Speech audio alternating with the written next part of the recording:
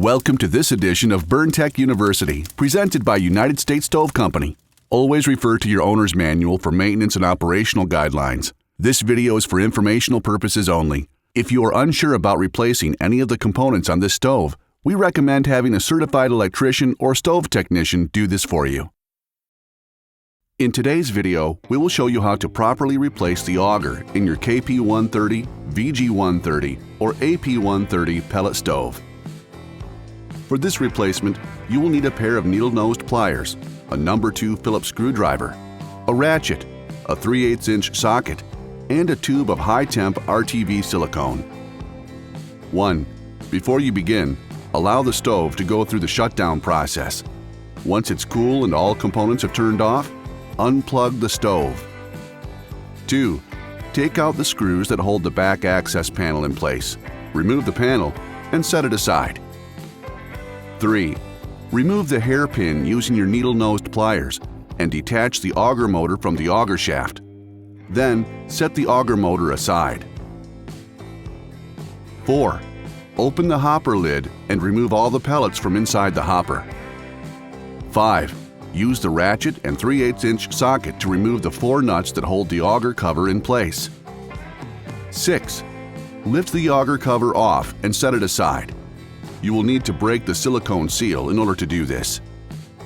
7. Loosen and remove the nuts that hold the top bushing plate in place using the ratchet, 3/8" socket, and 6" socket extender. 8. Push the top bushing plate down, slide the auger up, then pull it out from the bottom end.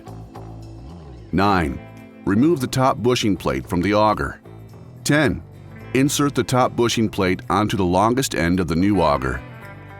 11. Turn the top bushing plate so that the holes are lined up with the bolts on the auger housing weldment. 12. Insert the top of the auger into the top of the housing and slide it down.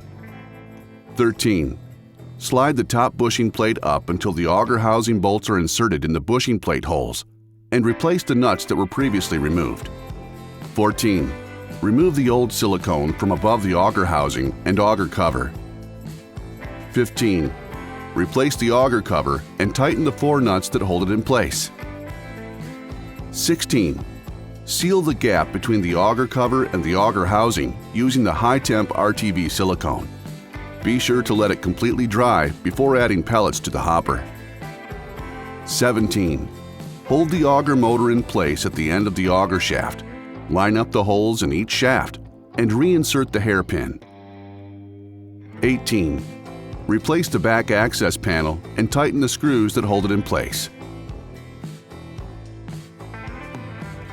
19. Plug the stove back in and check for operation.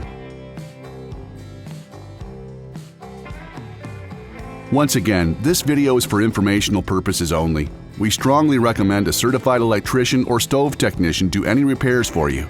If you need further assistance or have any questions, please visit us at www.usstove.com or give us a call at 1-800-750-2723.